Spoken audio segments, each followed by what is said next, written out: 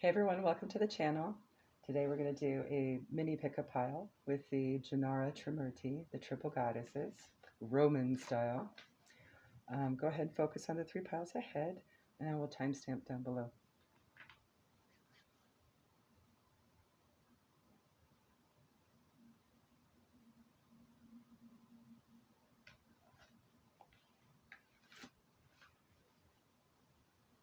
All right, if you have chosen mini pile A, let me just reach for it here.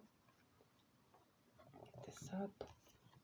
I'm going to start with Diana's advice. A new start is coming. New moon. And I'm going to go ahead and read a little bit from the book, see if there's anything here that resonates for you. Have the meanings of this card. There is a yes coming your way. This is one of the most auspicious cards in the deck. It's totally positive and suggests something new and exciting is developing. The situation you're thinking about is blessed, and you are on target to achieve your goals. The message from the universe is that you're starting all over again in some way, be that on a new or better course, or just feeling more positive about achieving your desired outcome.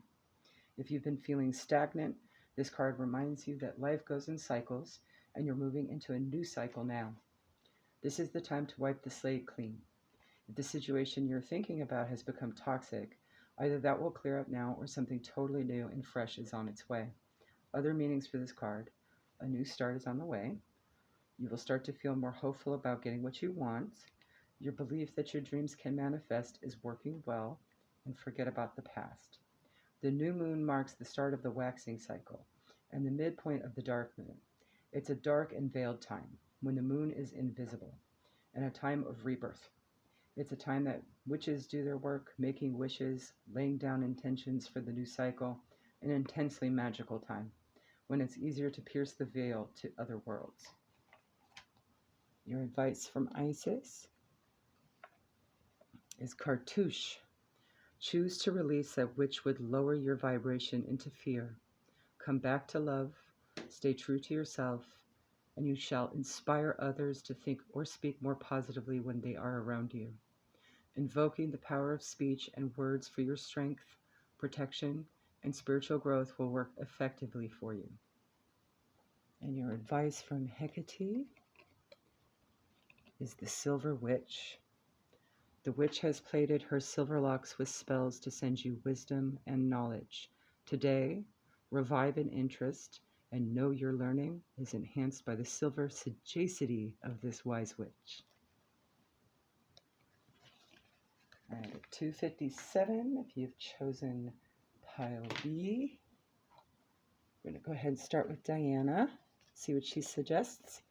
Take time to breathe out. Disseminating moon. I'll read a bit from the book for you, see if anything resonates. The intensity of the full moon has abated. And what are we left with? That's what this card is asking you. It suggests that the situation you're thinking about now has peaked, and it's time for you to regroup and learn from your experiences rather than blindly forging ahead. Have faith that what is happening is for the best. Try to accept the way things are now and give yourself and others time out to relax. Breathe. We can't be, quote unquote, on all the time. If you feel you've hit an obstacle or even failed in some way, now is the time to reflect on how to do things differently next time. Be honest with yourself if you feel bad about your current situation, and then remind yourself that life goes in cycles. Other meanings for the card: you should know where you stand either now or very soon. You need to take some time out for your own good. It's time for you to share your wisdom and experience with someone else. Avoid falling into a slump. The disseminating moon is the first moon phase after the explosion of energy that comes with the full moon.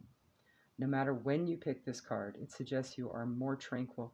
You are at a more tranquil point in the life cycle of whatever situation you're thinking about. This is not the ideal time to start something new.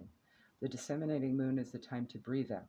Give yourself some time off and think about what has passed. And your advice from Isis is magic and ritual. Effect in the external world can be created through inner practice.